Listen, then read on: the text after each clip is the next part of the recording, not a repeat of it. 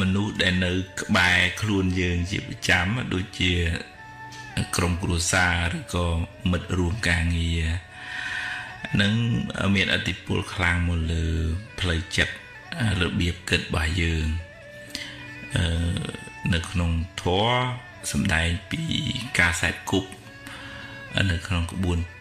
វិទ្យាសាស្ត្រនិយាយពីគុណភាពនៃទំនាក់ទំនងរបស់មនុស្សនៅជុំវិញខ្លួននឹងបើទំនាក់ទំនងនឹងល្អផ្លូវចិត្តនឹងក៏ល្អអាយុនឹងក៏វែងបើទំនាក់ទំនងមិនល្អអានឹង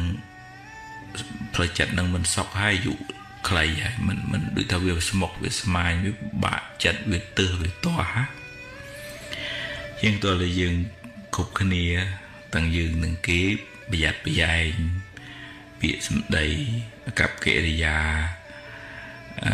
ចេតនាការប្រព្រឹត្តនឹងកុំឲ្យចេតថាចេតស្ដីពិឈឺឌឺដងនិយាយកាច់ប្រខូចបន្ថែមបន្ថយពលឹះដែលវាប៉ះពាល់ដល់ស្ថិរអារម្មណ៍ហើយនឹងស្ថានភាពផ្លូវចិត្តរបស់ញាតិមិត្តបងប្អូនឬក៏មិត្តរួមការងារនឹងតែទាំងការទុកទាំងយើងទាំងគេទាំងអស់គ្នានឹងតាំងអ្នកនិយាយពិឈឺឌឺដងទាំងអ្នកទទួលពាក្យពិឈឺឌឺដងហ្នឹងបើមិនចេះគិតទេមានទុកតាមផ្លូវចិត្តនឹងរ៉ាំរ៉ៃទៅខ្ញុំគណៈថាពីភាសាធ្លាប់ទទួលពាក្យពីកូនចៅមួយចំនួនក៏ផ្ញើសារមកពេលខ្លះលោកពុកអ្នកម្ដាយលោកធម្មតាស្ដីបដៅជារឿងល្អហើយមិនខុសទាស់ប៉ុន្តែពេលខ្លះ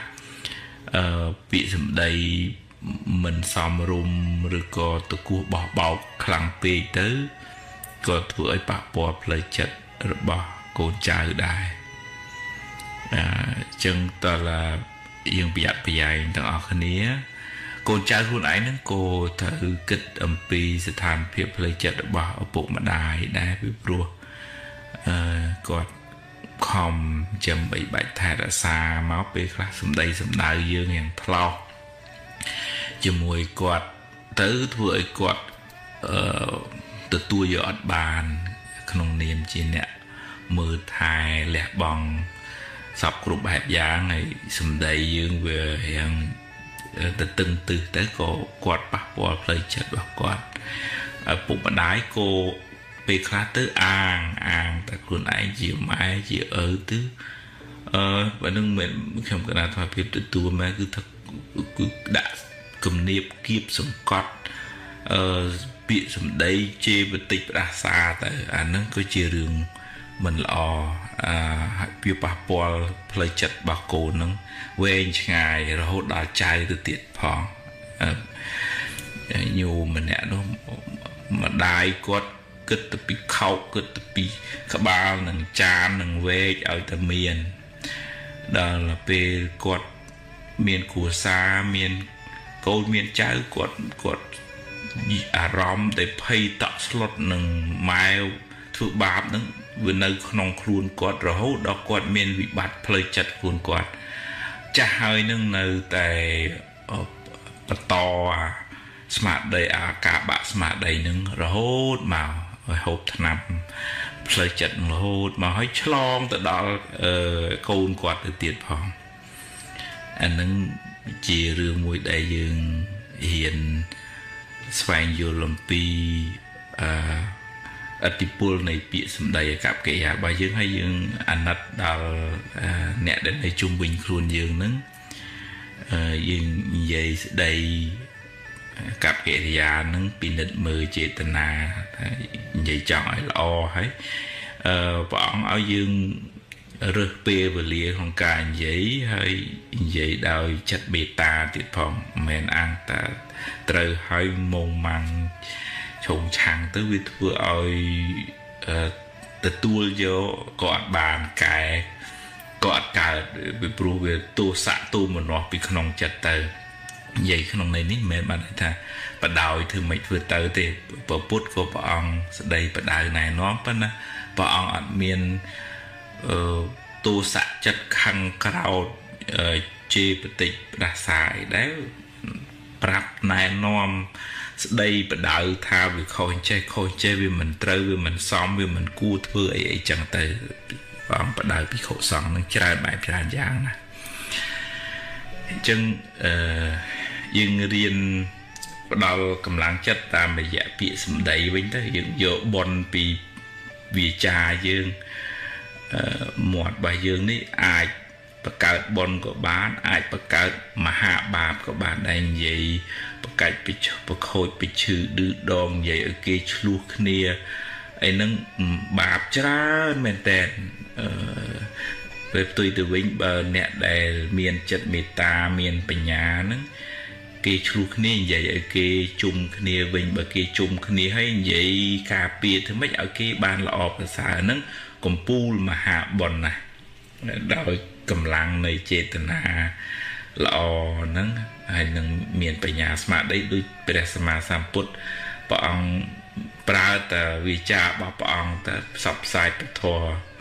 2500ជាងឆ្នាំហើយហ្នឹងពាក្យសម្ដីរបស់ព្រះអង្គហ្នឹងនៅមានតម្លៃរហូតដល់សប្តាហ៍ថ្ងៃគេគ្រប់គេថ្វាយគុំព្រះអង្គដោយបតីករណាដោយព្រះបញ្ញាញាណពាក្យសម្ដីជួយរំដោះទុក្ខអ្នកដទៃឲ្យបានរួចផុតពីទុក្ខកង្វល់តាមផ្លូវចិត្តហ្នឹងអញ្ចឹងយើងរៀនរក្សាចិត្តរបស់យើងរក្សាកាយរបស់យើងរក្សាវាចារបស់យើងផ្ដល់សេចក្តីស្រឡាញ់ឲ្យខ្លួនឯងហើយក៏កុំជះនៅកំហឹងឬក៏ផ្ដល់ភាពក្តៅក្រហាយដល់អ្នកនៅក្បែរពីព្រោះវាកម្មពៀយើងជេរយើងប្រកាច់ប្រខូចគេទុំបានគេជេរគេប្រកាច់ប្រខូចយើងវិញវាពៀវេរាទៅមកអត់ចេះចប់អត់ចេះហើយបច្ចុប្បន្នយើងធ្វើដាក់គេអញ្ចឹងថ្ងៃណាមួយឬក៏ជាតិណាមួយទៅក្រោយគេធ្វើដាក់យើងវិញយើងកើតទុកមិនសុខចិត្តមួម៉ៅអញ្ចឹងពៀវេរានឹងវិលទៅវិលមកអញ្ចឹងកុំឲ្យពៀនឹងវាវិលទៅវិលមកអញ្ចឹងយើងរៀនរក្សាកាយវិចារឲ្យបានអស់បើគាត់ជាមនុស្សមិនមានហេតុផលអីធំត្រូវគួរយើងរក្សាចិត្តនៅតែនិយាយនៅតែប្រាប់ថាខ្ញុំចេះទេអីអញ្ចឹងទៅប៉ុន្តែគុំមិនមានគំនិតចងគំនុំគុំគួនហើយសម្ដីសម្ដៅអាក្រក់ដាក់វិញទៅយើងក៏វាអាក្រក់តាមសម្ដីសម្ដៅយើងនឹងទៅដែរអញ្ចឹងតើរៀនរក្សាទាំងអស់គ្នាដើម្បីឲ្យបានសុខហ្នឹងវាត្រូវទាំងអស់គ្នាទាំងសងខាងហ្នឹងរៀនស្វែងយល់អំពីសេចក្តីប្រាថ្នារបស់គ្នាទៅវិញទៅមកហើយមិនមានបំណងអាក្រក់ចង់ឲ្យគេបានទុកក្តៅក្រហាយវិនិច្ឆ័យទេគឺមានមេត្តាចិត្តនឹងឲ្យគេបានសុខមេត្តាកាយកម្មជួយគេតាមអ្វីដែលយើងជួយបានមេត្តាវិច័យកម្មពាក្យសម្ដីពីរោះពិសាល្អចេតនាល្អមេត្តាមនោកម្មក្នុងចិត្តនឹងអត់មានទៅចំណែននឹងទីឈ្នានេះទេឲ្យតែគេបានសុខទៅសប្បាយអាហ្នឹងយើងបានបនមួយគឺយើងតិចចិត្តយើងអត់កុហកកាហាយទេបានបនមួយទៀតបានជាទីស្រឡាញ់នៃមនុស្សនិងទេវតាហើយมันមានសត្រូវអីណាអ្នកណាស្អប់គុំគួនអីច្រើនទេដោយសារយើងវាអត់បកសត្រូវនៅខាងក្នុងចិត្តនេះនឹងយើងរៀនរក្សាកាយវិចារយើងទាំងអស់គ្នាយើងឈ្មោះថាផ្ដល់សេចក្តីសុខឲ្យខ្លួនឯងផងឈ្មោះថាផ្ដល់សេចក្តីសុខឲ្យអ្នកដទៃផង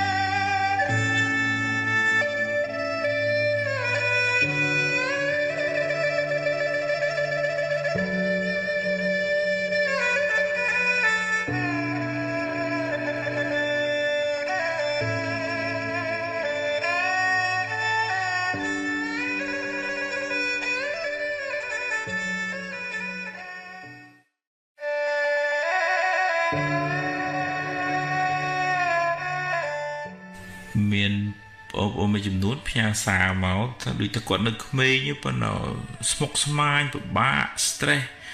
miền sầm piệt chở này mà cái việc ai tham miền sầm piệt ởក្នុងគ្រួសារsầm piệtនៅសាលាsầm piệt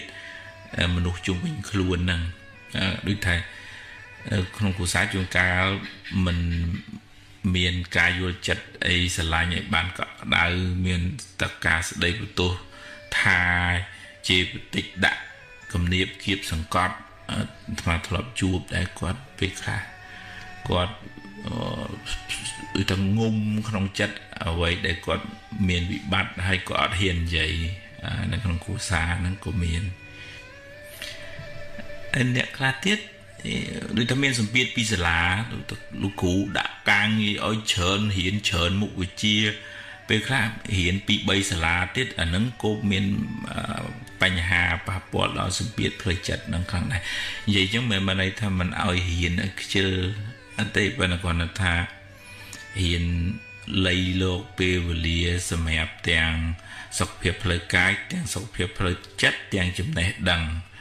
បើខ្វះណាមួយក៏យើងវាអត់បានសុខដែរឧទាហរណ៍ថាឈឺច្រើនហើយធ្វើម៉េចយកចំណេះដឹងទៅធ្វើអីក៏វាដេកនឹងទេយ៉ាងទៀតឧទាហរណ៍ថារៀនដល់ណាដល់នៃបណ្ឌិតអនុបណ្ឌិតអីប៉ុន្តែមួមកក្តៅក្រហាយជាបន្តិចខ្ញុំគណៈសមភាពធ្លាប់ជួបខ្លួនឯងញាតិញោមគាត់រៀនបានច្រើនមិនតិចមិនទួចអីចប់បណ្ឌិតអស់ហើយប៉ុន្តែក្នុងចិត្តហ្នឹងសឹងផ្ទុះសឹងចងកហើយអាហ្នឹងដូចថាស្ថានភាពផ្លូវចិត្តវាអត់ល្អចំណេះដឹងមានប៉ុន្តែការរក្សាសុខភាពផ្លូវចិត្តហ្នឹងអត់សូវសម្បូរធ្វើឲ្យមានបញ្ហាចឹងតើឲ្យវាមាន balance ហើយមានតុល្យភាពនឹងគ្នាហើយអាស្ថានភាពផ្លូវចិត្តហ្នឹងវាមិនមែនទៅអញ្ចឹងភ្លាមទេវាសំឧទាហរណ៍ថាអន់ចិត្តនឹងសំរឿយទៅវាទៅជាដំបៅក្នុងទ្រូងអញ្ចឹងតើពីមានបញ្ហានិយាយទៅឲ្យរួចហើយកុំសូវអោបកសោបទុកយូរពេកវាផ្ទុះដល់ពេលផ្ទុះវាគ្រោះថ្នាក់ទាំងខ្លួនយើងគ្រោះថ្នាក់ទាំងនៅក្បែរខ្លួនយើងហើយអ្នកនៅក្បែរនោះក៏គួរប្រយ័ត្នប្រយែងពាក្យសម្ដីកាយវិការកប្បកិរិយាដែរពីព្រោះយើងវាមានតំណែងតំណងគ្នាទៅវិញទៅមកវាមានឥទ្ធិពលទៅលើគ្នាទៅវិញទៅមកពាក្យសម្ដីកប្បកិរិយាហ្នឹងធ្វើឲ្យគេឈឺចាប់ពីឈឺឌឺដងទៅ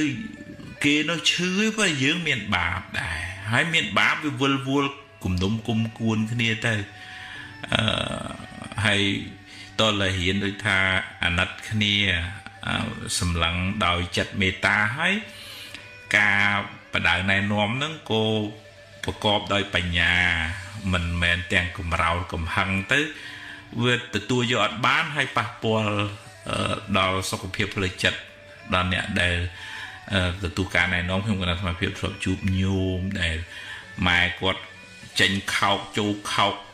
មានចានខោកចានមានវែកខោកវែកហើយចឹងគាត់ស្លុតក្នុងចិត្តរបស់គាត់ដែលម្ដាយគាត់ដាក់សម្ពាធខ្លាំងពេកចឹងទៅរហូតដល់គាត់អាយុ50-60ហើយនឹងគាត់មានវិបត្តិផ្លូវចិត្តលេបថ្នាំរហូតដល់សប្តាហ៍ថ្ងៃហើយអាជំងឺនឹងឆ្លងដល់កូនគាត់ទៅទៀតអានឹងដូចថាវាជាប់នៅក្នុងចិត្តម៉ែដល់កូនមកវាឆ្លងតែនៅសាលារៀនក៏សិស្សទទួលរងសម្ពាធផ្លូវចិត្តនឹងមកផ្នែកដែរមួយពីរឿងសម្ពាធការសិក្សាថាត្រូវផឹងហ៊ានឲ្យបានល្អឲ្យប្រកែពីរសម្ពាធពីមិត្តភ័ក្តិឧទាហរណ៍ថាជួនកាលឃើញគេល្អឃើញគេមានទូរស័ព្ទឃើញគេមានម៉ូតូហើយឯងនេះវាអន់អញ្ចឹងវាដាក់សម្ពាធមកលើខ្លួនឯងថាតូចចិត្តនឹងវាសនាតូចចិត្តនឹងម៉ែតូចចិត្តនឹងឪអីចឹងតែហ្នឹងតើហ៊ានទម្លាក់ទៅហើយវាសនាមនុស្សមិនដូចគ្នាទេយើងប្រឹងទៅអាហ្នឹងបនចាស់របស់គេហើយបើគេស៊ីបនចាស់ហ្នឹងអត់ប្រឹងធ្វើបនថ្មីអាហ្នឹងអស់ហើយមិនម៉ែឪមិនអាចជួយបានទេយើងត្រូវប្រឹងបនថ្មីរបស់យើងហើយយើងទទួលផលរបស់យើងនៅថ្ងៃខាងមុខវិញសម្ពាយបនហ្នឹងវាខុសគ្នាអញ្ចឹង